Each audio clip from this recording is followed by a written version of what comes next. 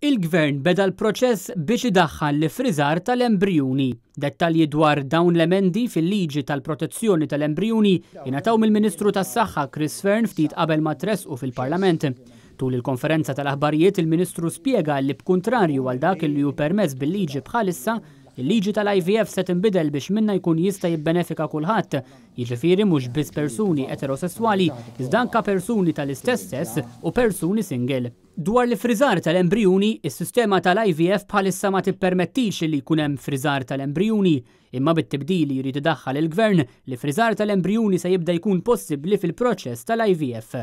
Bekk ġenituri prospettivi se jkunu jistgħu jiffertilizzaw sa 5 embrijuni u dawk l-embrijuni li ma jintużawx se jkunu jistgħu jiġu iffriżati. Madankollu Fearn spjega li l-ġenituri prospettivi se jitħallew jiffriżaw l-embrijuni biss jekk jaqblu li dawk li ma jintużawx ikunu jistgħu jingħataw għall-adozzjoni.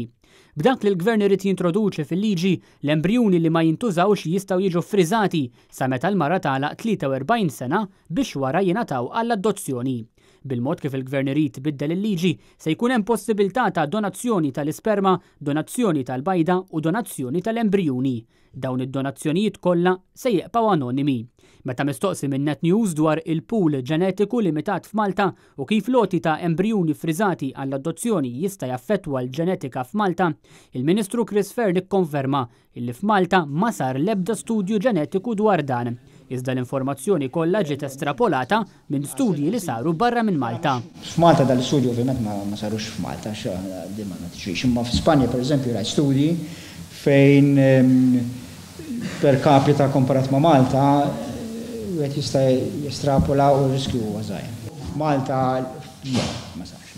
U minkejja li l-Gvern m'għandu l-ebda mandat elettorali li jagħmel dan, il-Ministru Fearn ħabbar li l-Gvern se jkun qed jagħmel konsultazzjoni biex jara jekk għandux jintroduċi is-surrogacy.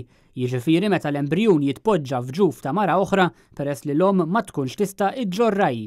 Dwar dan Fearn qal li l-ħsiebu li s-surrogacy titħalla biss jekk tkun fuq bażi volontarja.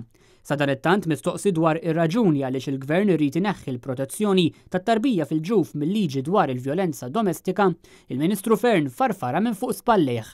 Din hija xi ħaġa li m'għandix taqsam ma' din il-liġi u hija xi ħaġa li qed tkun diskussa anke fil-Kumitat Parlamentari ġifieri diskussjoni hemmhekk. Dik hija xi ħaġa li m'għandix taqsam ma' din il-liġi jiena nissuġġerixxi li tiddiskutiha mal-Onorevoli Dalli.